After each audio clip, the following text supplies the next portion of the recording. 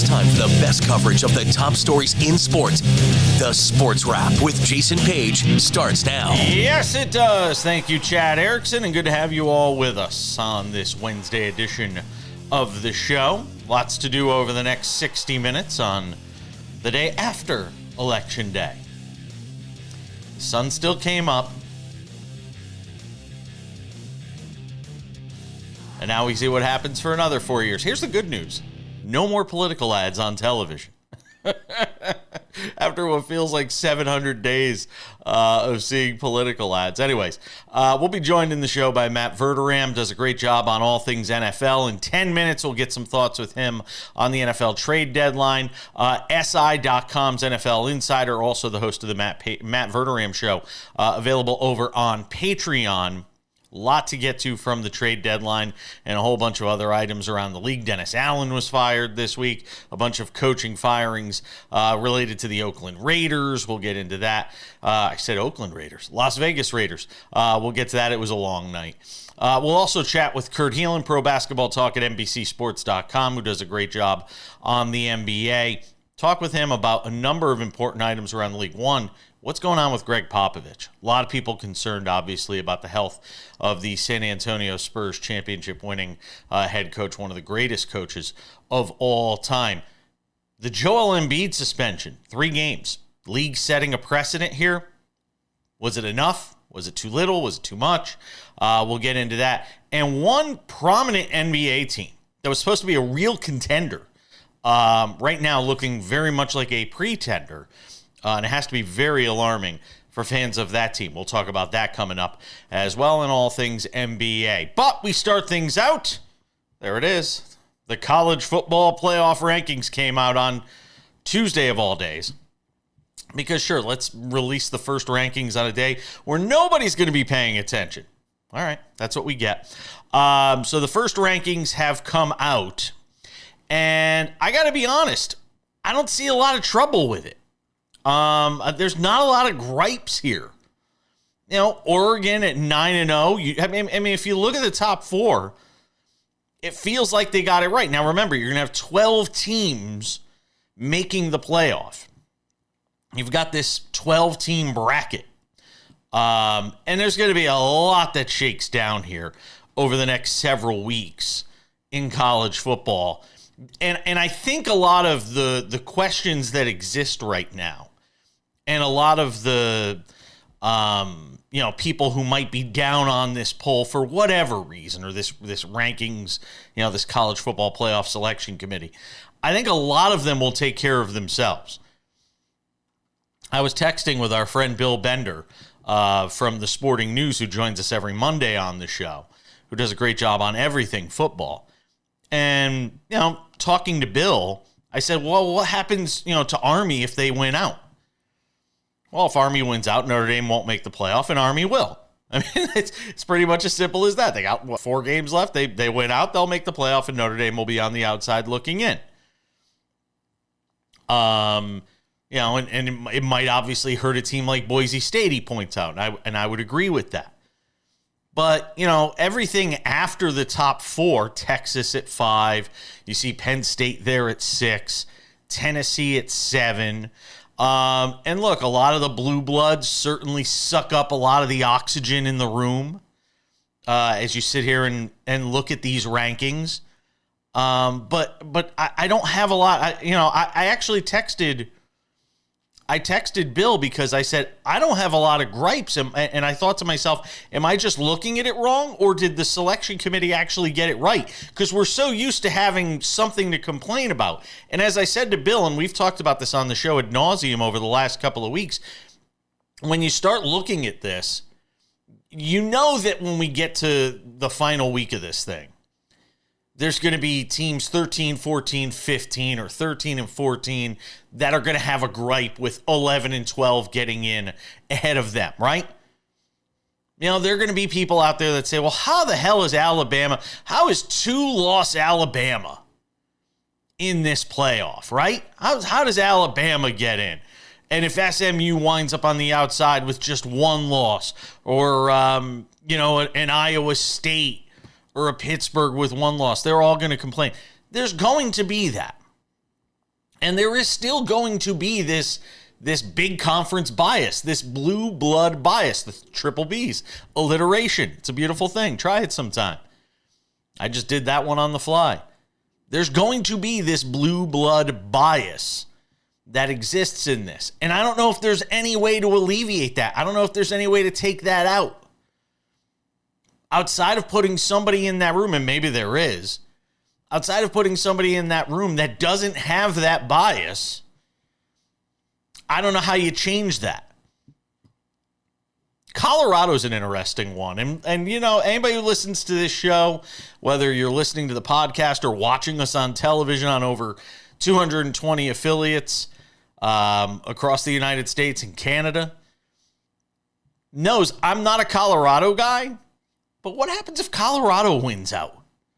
You know, they're number 20 right now. They certainly have a shot of winding up in the Big 12 title game. Forget for a moment just the Big 12 title game. Let's say Colorado wins out as a 2-loss team. I mean, could Colorado conceivably wind up in the college football playoff? You'd have a hard time keeping them out if they were to win the whole thing. Now, there's a lot of things that have to happen between here and there. And you know the playoff, and you know, we had Chuck Todd, of all the people in the world, to point this out, from NBC News, their chief political analyst, who's probably trying to get some sleep right now. Chuck Todd said, and a lot of people have said, it's as much as we like to think of it as the college football playoff, it's the ESPN Invitational. So it's what's going to make for the best television for this playoff. You're telling me Colorado and Deion Sanders, as much as I loathe what I think Deion Sanders stands for, you think that the playoff's going to keep them out if there's any sort of rationalization for putting them in? By the way, Big 12's got 4 ranked teams. We kind of forget about it in the overall scheme of things. And they're not, you know, other than BYU at 9, they're not all highly ranked and extremely highly ranked teams, but the Big 12's got 4 top 25 teams right now. So it's the first week, and I get it. The first week sort of sets the tone and has a lot to do with who gets in and how this whole thing shakes down, but I don't have any big gripes with it overall. I'll talk about it again with Bill Bender on Monday and see what it looks like next week. Let's talk some NFL. Matt Verderame, SI, joins us next.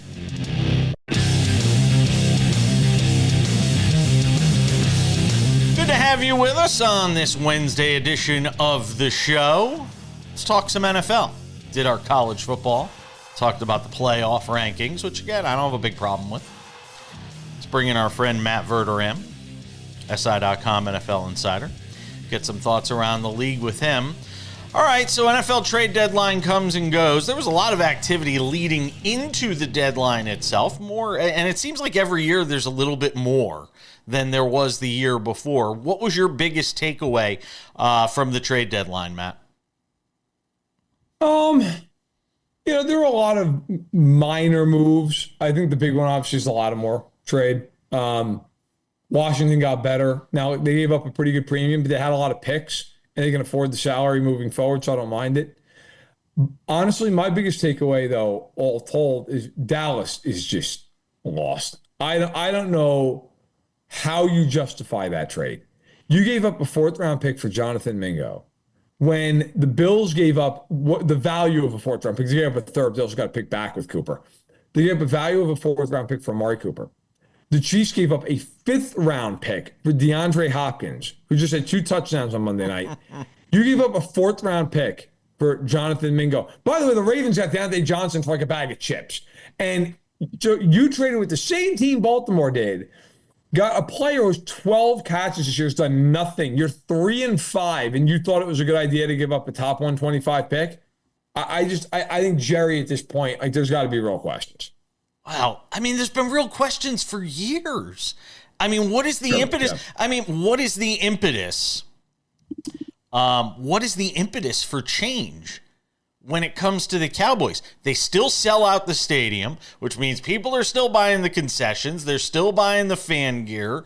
They're still paying for the parking. If you're Jerry, what is the impetus for anything to change or for him to step away from his role as GM? The example I always point to, Matt, I always say, look, you know when the Knicks started to get good again? When James Dolan stepped back. Plain and simple. When James Dolan took a step back, that's when the Knicks started to become the Knicks again and become a factor and become relevant. The Cowboys feel a lot like those Knicks did under James Dolan when James Dolan had his hands in everything, in that, sure, we talk about them, but are they relevant when it comes to talking about them winning a Super Bowl? So I don't know what the impetus for that change is. Yeah,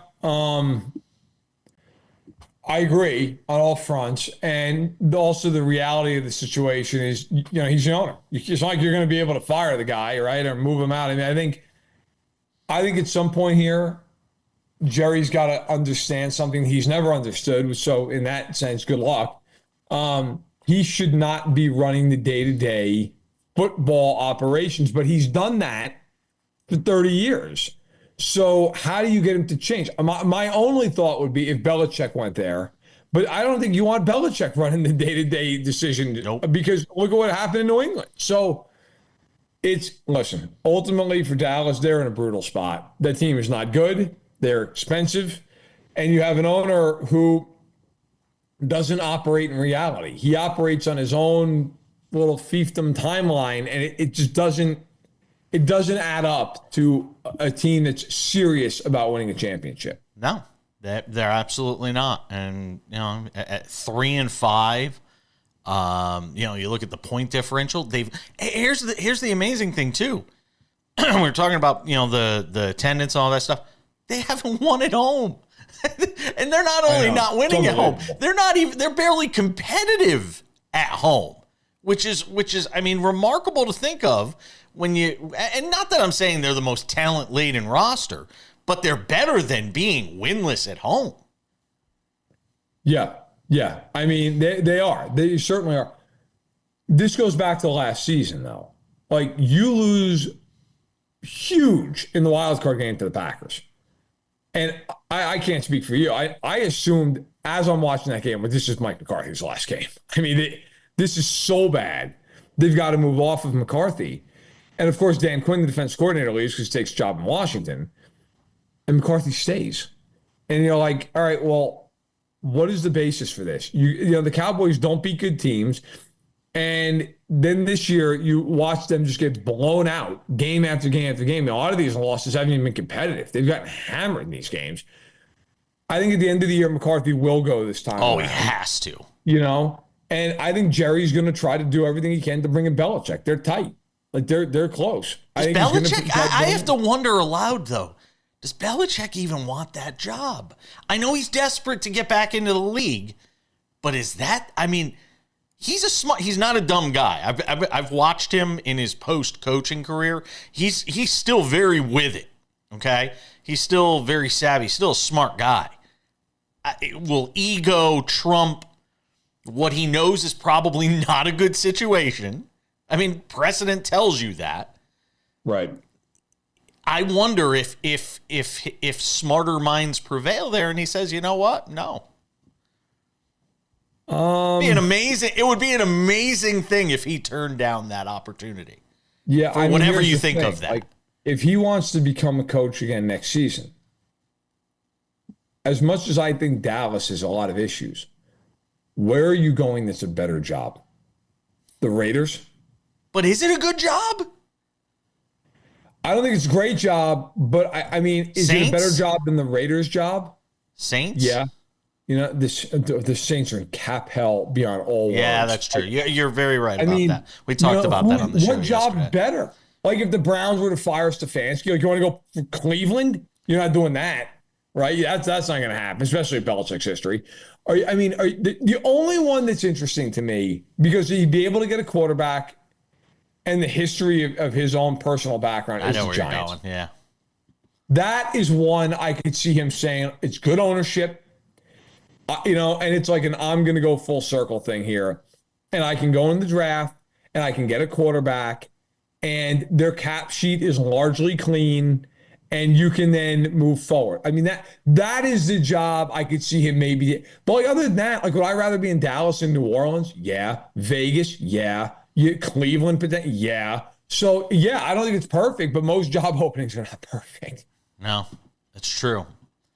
The Giants one is kind of interesting, though. You kind of piqued my curiosity with the idea of him winding up with the Giants. Real quick, any chance that they would fire McCarthy in season? I don't think so. I just don't think. I mean, maybe if they're like 3-9 or something. You're not big on in-season coaching firings. No, I know. I don't think Jerry. I think will just ride it out. I mean, I don't know. Like, what is it? What are you going to put Mike Zimmer in there for 4 games? Yeah, who cares? I don't know what it does for you. Stick around. I want to ask you about a couple things about the trade deadline, then we'll get you out of here. Matt Verderame, SI.com NFL insider, host of the Matt Verderame Show on Patreon, hanging out with us on SportsWrap. Don't go anywhere.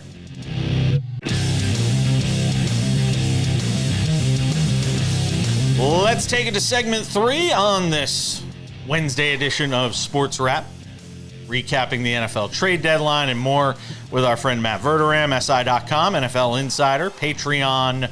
You can catch him on the Matt Verderame Show as well. Biggest winner from the trade deadline for you, Matt, is?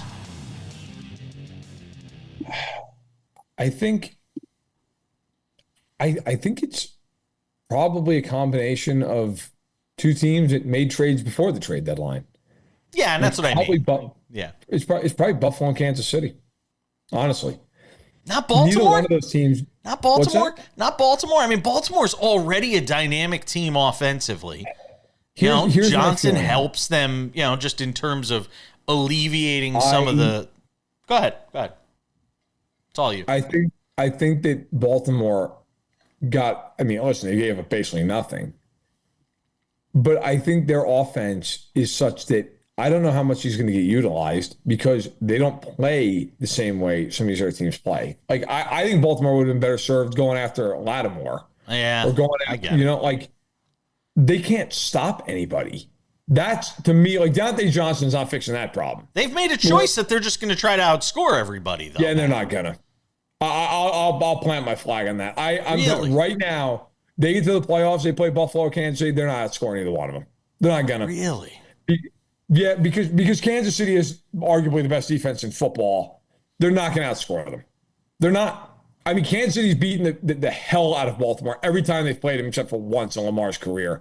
And Buffalo, look, I mean, you know how many yards Allen's going to throw for against Baltimore in a playoff game? I mean, Baltimore right now is almost giving up more passing yards per game than the Chiefs are giving up total yards per game. It's like a 4-yard difference. Okay. Mahomes and Allen will throw for 1 million yards. So my reasoning is I think Cooper's a really good fit in Buffalo's offense. He gives them a guy that can win and get open on 3rd down the field. Like, Shakir is a terrific player, but a lot of the throws to Shakir are literally within 3 yards of the line of scrimmage, statistically speaking. Cooper can get you that 3rd and 10. And then Hopkins in Kansas City, look, Worthy is interesting and he's dynamic, but he's not really like a full-fledged receiver yet. Kelsey's bounced back. He looks like Kelsey. They needed a guy who could do a lot of what Rashee Rice did. Win in the slot, win on 3rd down. And we saw on Monday night, I mean, they don't win that game without Hopkins. Hopkins killed them in that game. So to me, those 2 teams, I feel like those additions are going to play real big roles come January. I look at Detroit as the class of the NFC. I think a lot of people would agree with that. Who is their biggest stumbling block en route to an NFC championship and a appearance in the Super Bowl that fan base craves so badly? Right now, I don't know that there really is one. The NFC I agree with you. The NFC's terrible. Like, the Packers might be the second best team in the conference, and I'm not sure the Packers would win a playoff game in the AFC. Like, would the Packers beat the Chiefs or the Ravens or the Bills or the Texans in a playoff game? Probably not. Maybe Houston. Like, you could argue that. Obviously, they beat them in a nail biter earlier. I guess I still think if they get healthy, it's the Niners, because the Niners are they have a lot of talent. And you could have a game against them where if McCaffrey's healthy, like he just goes for $150 and there's nothing you're doing. Like he's just doing it. And Purdy has been there and they've won big games. Like the problem for the rest of the NFC is they're going to get home field advantage. Yes, that's what I was just about to point out to you. And you're going to have to go in there and beat them in their building. Look, I picked before the year, I picked Kansas City and Detroit to go to the Super Bowl. And I feel better about that now than I did at the beginning of the year. Like to me, those two teams are far and away the best teams in football. I don't even think it's all that close. Yeah, I'm tending to go with you on that. Go back to the AFC for a second here. Give hope to either Jets fans or Bengals fans, thinking those teams can still make the postseason. I know the Bengals, odds to make the playoffs are still fairly good. Can you make an argument, with the Jets now adding Devontae Adams, seeing what we saw from them in the second half of that game last week? I mean, give me something on the Jets and the Bengals. Okay, the Jets, I would not sell hope in the sense that I just don't think the Jets are very good. I mean, they beat the Texans and they did everything they could to lose the game. Mm-hmm. Like, I don't know. Am I supposed to believe that's a real recipe for success going forward? Like, I don't believe it is. The Bengals, to me, are different. I'll tell you right now, the Bengals are the team, in my opinion. We're going to be sitting here in about 2.5 months. And whoever they play in the wild card round, you're going to be, oh, that's a terrible draw for that team. Like whoever it is, I hate. I know your producer is a Bills fan. Can you imagine they get Buffalo in the first round play? Bills fans are gonna be having a heart attack, right? Like with Burrow going up there, and you're like, yeah, you can throw over 400 yards. You can do it, and they can just win the game. I still think the Bengals have a pretty light schedule. I mean, now this week's tough, right? They're at Baltimore. So if they win that game, I think they're in great shape. But even if they lose it, their schedule going forward is really going to hinge on, in my opinion, after this week, 3 games. They're at Pittsburgh, they're home to Pittsburgh, and they're at the Chargers. You got to win a couple of those games. You got to win at least 2 of those games. Because there are other games, they got Cleveland, that's a game they ought to win. They still play Denver. That's a game. I know Denver's 5-4. They should beat Denver. Games in Cincinnati. Like, they've got games on that slate that are not that hard. They really are. You got Dallas. How hard's that game looking right now? Like, I think they're in decent shape. But if they lose on Thursday to Baltimore and they're 4-6, at some point you got to start looking at it and go, we got no more wiggle room. We got to run, But in the AFC, if they even go, look, they go 10-7, they're going to get in. If they go 9-8, they might get in, depending on breakers. So there's still a little bit of room, still a little bit of time. I still think the Bengals are scary as hell. I don't think they're a Super Bowl team because of their defense, but they could beat anybody on any given day. I've got 40 seconds here. The Raiders fire their offensive coordinator, some of the assistants there. Is Antonio Pierce next, or does that move and sort of making them the sacrificial lamb save him? Antonio Pierce should be next. I agree. Should be next. Antonio Pierce is embarrassing right now. Like, you hired all those people that you fired 9 games into the season. It wasn't like he inherited those coaches. He hired them. And they lasted 9 games. And you've gone through now, you apparently with Ritter now, like maybe 3 starting quarterbacks already. Yeah, buddy, that's not the way to coach an NFL team. Like, that's the way to coach a Pop Warner team. It almost feels it almost feels like, and I got to go, but it almost feels like they didn't do their due diligence on him. That's what it feels like to me. It's embarrassing. The whole thing's a joke. Matt Verderame, appreciate it, man.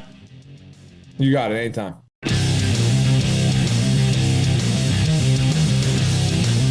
From the NFL to the NBA on this Wednesday edition of SportsWrap, say hello to our good friend, Kurt Helin, Pro Basketball Talk at NBCSports.com. What'd you think? Patrick McEnroe was back today? You decided to sport the UCLA hat? Was that the deal? That or when someone had a late night and just really didn't get and clean themselves up properly for my appearance. So one of those two things. It was a late night for like 48% of America.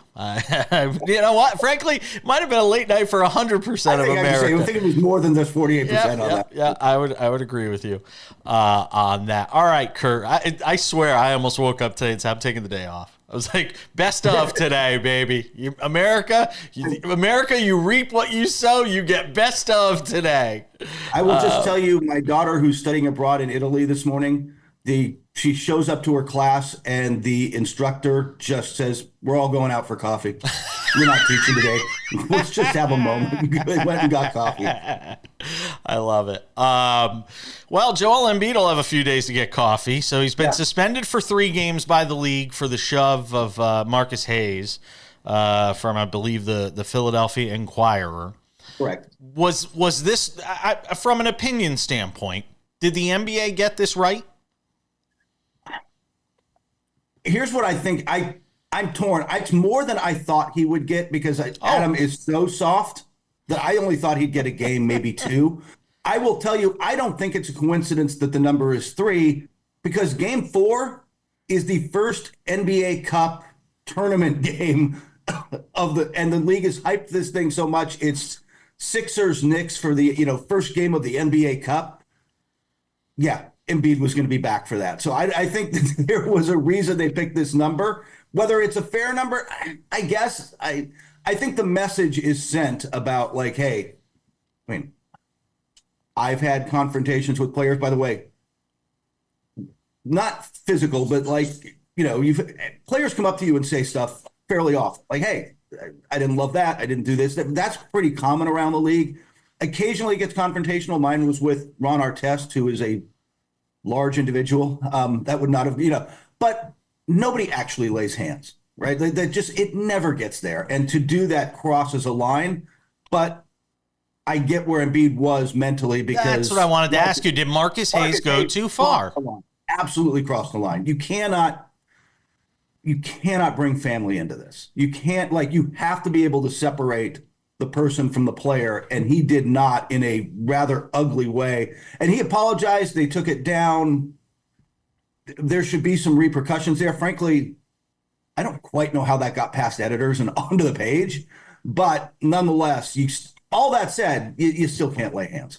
Yeah, I would agree with you on that. And to me, it brings up a bigger problem, Kurt, as we look at sort of the future of relationships between the media and in this case, NBA players. But I think a larger topic altogether in sports, and that is players continuing to pull away from the sports media. I mean, we saw when the Players Tribune launched after Derek Jeter retired, and that was like his big initiative, his big first initiative coming out of his days playing with the Yankees. And it started to that era of players starting to control their narrative more. When they see things like this, I have to wonder if, unintentionally so, Marcus Hayes may have lost a lot of people their jobs. Because I think we're going to get to a point where players are just going to give the standard yes and no answers and say, you know what? You want the rest of the story? Go to my podcast, go to my TikTok, go to my show, whatever it may be. And that's going to leave a lot of writers, not trying to scare you, but it's going to leave a lot of papers saying, well, why do we need you guys anymore if the players aren't going to talk to you? This conversation goes on at multiple levels down to how much longer NBA reporters will have locker room access. But that going away in the next 5 years wouldn't be shocking. And would push back against it, but it's much, I'll just say, even in the time I've covered the league, the 15 years, you used to be able to go into a locker room pregame and hang out and, hey, I'm just going to go chat with this guy for a minute and no mics and you just off the record stuff. And 2/3 of the time it wasn't about basketball because you're establishing a relationship and you're just like, hey, talking about kids and whatever. Now there's just nobody in the locker room pregame. They're not really around much. They're not talking much. And if you're not going to the practices and finding a way the really good reporters are still able to establish a relationship, but it's much harder now. And for those very reasons, why should I tell you my story when I can monetize it in my own way? Why am I giving this to you? So yeah, with no pushback, I don't think that's an NBA thing, by the way. I agree. But this story accelerates. It's gasoline on the fire. But to me, Where are those players going? So you say you go in the locker room, they're just not there. Are they? They're training rooms they run through for practice. They'll come in and put their shoes on, but they're not relaxing in the locker room pregame. At least during the window the media is allowed in. Like they're just not chilling in there. There's secondary spaces in a modern locker room where they don't have to be in that space. And I will say this about Embiid, and I only got a second here, and we'll carry this over to the next segment. But the thing about Embiid is he's a guy that's not shy about expressing himself on social media and being one of these social media tough guys. So for him to then feign, oh my God, I can't believe they've done this to me, everything I've done for the city, there's a little bit of that you got to kind of go, really, dude? Like, come on. Yeah, there's some of that. By the way, they're 1-5. That's also like the pressure in Philly of a team that's not living up to expectations is part of this. Yeah, and there's another team that's off to a really bad start that I want to talk about, and you could probably guess who it is, but don't guess. Not Golden State. Don't guess.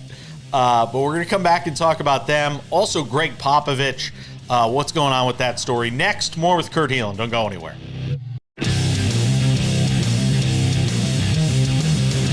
Let's continue the NBA conversation on this Wednesday edition of Sports Wrap with our friend Kurt Helin of Pro Basketball Talk at NBCSports.com. Not getting shoved around by NBA players, at least not today. I'm going to the Clipper game tonight against Philadelphia, so we'll see. There's still time. There you go. Fair enough. So what's going on with the Milwaukee Bucks?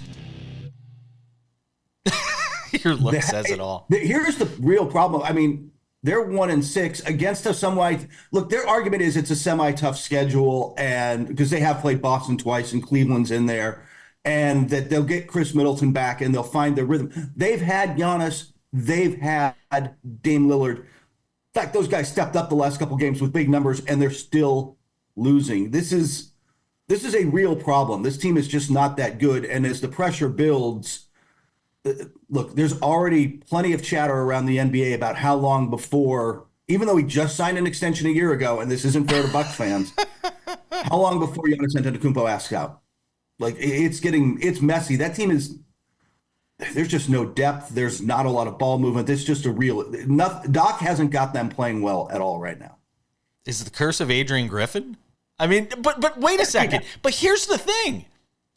A lot of this same roster, they played a lot better under Adrian Griffin. Like, Adrian Griffin's got to be kicking back right now going, hey, how you like me now? I mean, like, that's kind of a mind-boggling part of this right now is they made the move to get rid of Adrian Griffin.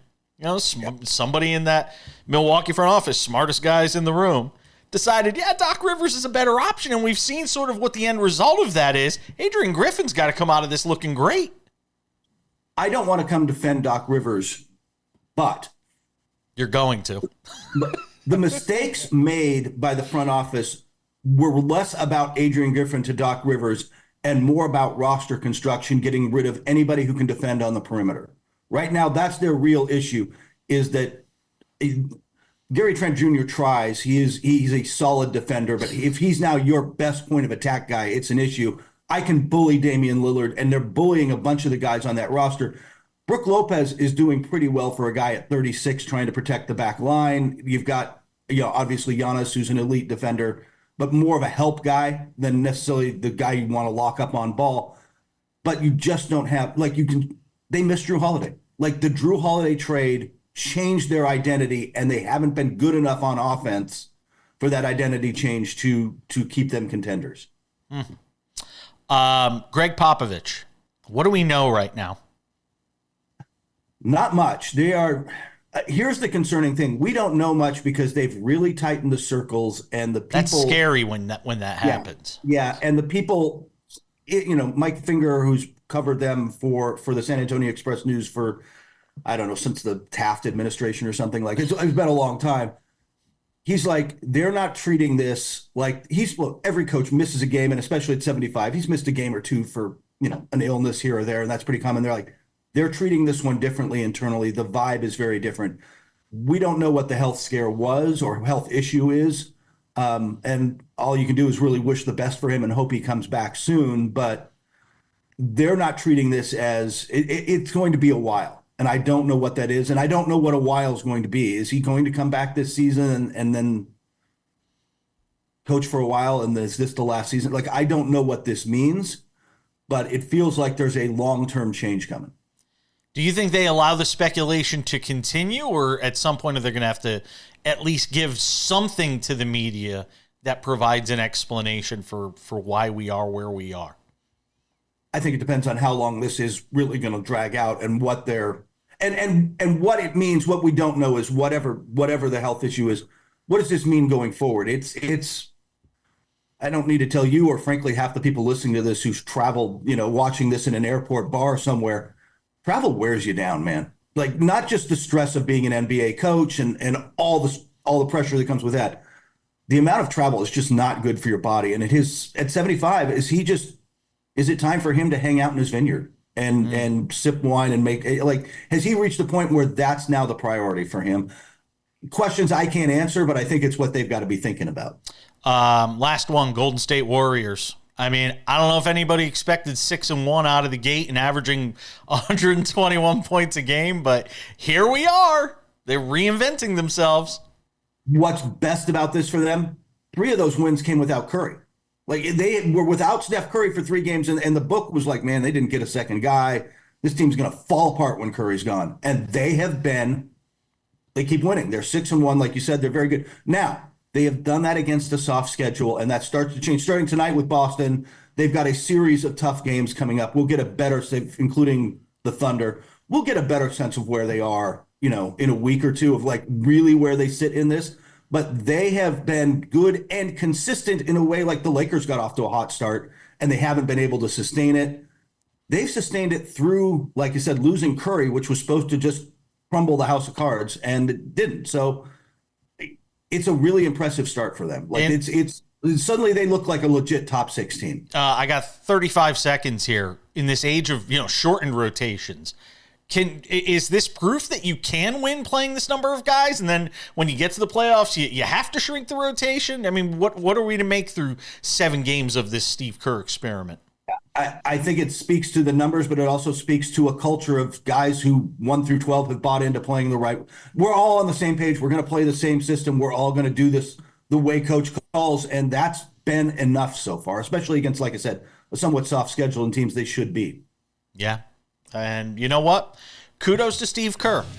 Yeah. Who he takes a lot. The Warriors fans were ready to hang him a year ago, like this was all his fault that Klay Thompson kind of lost a step in the rest of it. Like,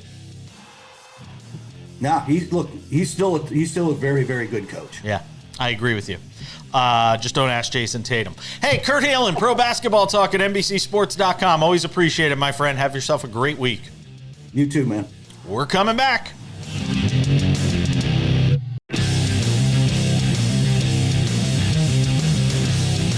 Okay, just about time to put the wraps on this baby for a Wednesday.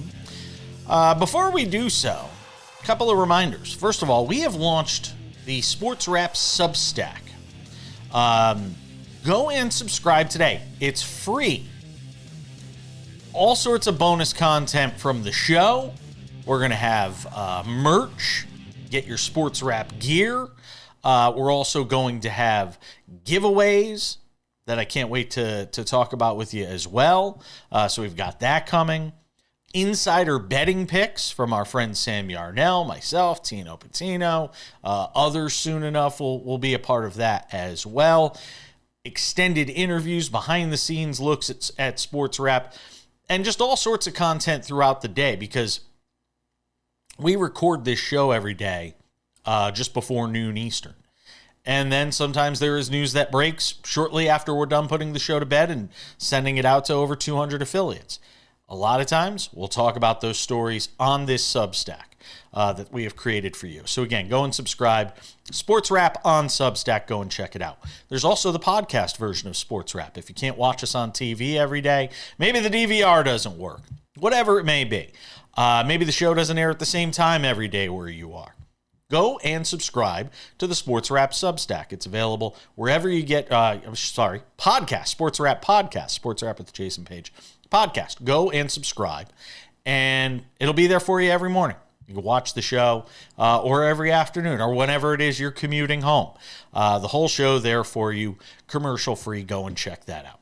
All right, without any further delays, ladies and gentlemen, time for some odds and ends. Odds and ends. Let's talk about something a little different than I was expecting to talk about today, and that is baseball. Because why not? It's never a bad time to talk about baseball. Scott Boras represents Pete Alonso. He also represents a guy you may have heard of. His name is Juan Soto. There is conversation that Brian Cashman met up with Scott Boras to talk about Pete Alonso and, of course, the aforementioned Juan Soto. Now, the Yankees could see some major roster upheaval next year. They got the Garrett Cole thing figured out, at least for next year. But the Yankees got a ton of guys that may or may not be on this roster. Anthony Rizzo, playing first base, is one of those guys. Pete Alonso, coming across the river from Flushing in Queens to play for the Yankees, not a terrible option if you're the Yankees. And if Pete Alonso truly loves New York as much as it seems he does, it's not so crazy to believe that you could see Pete Alonso, the polar bear, playing in a Yankee uniform next year. Something to keep an eye on.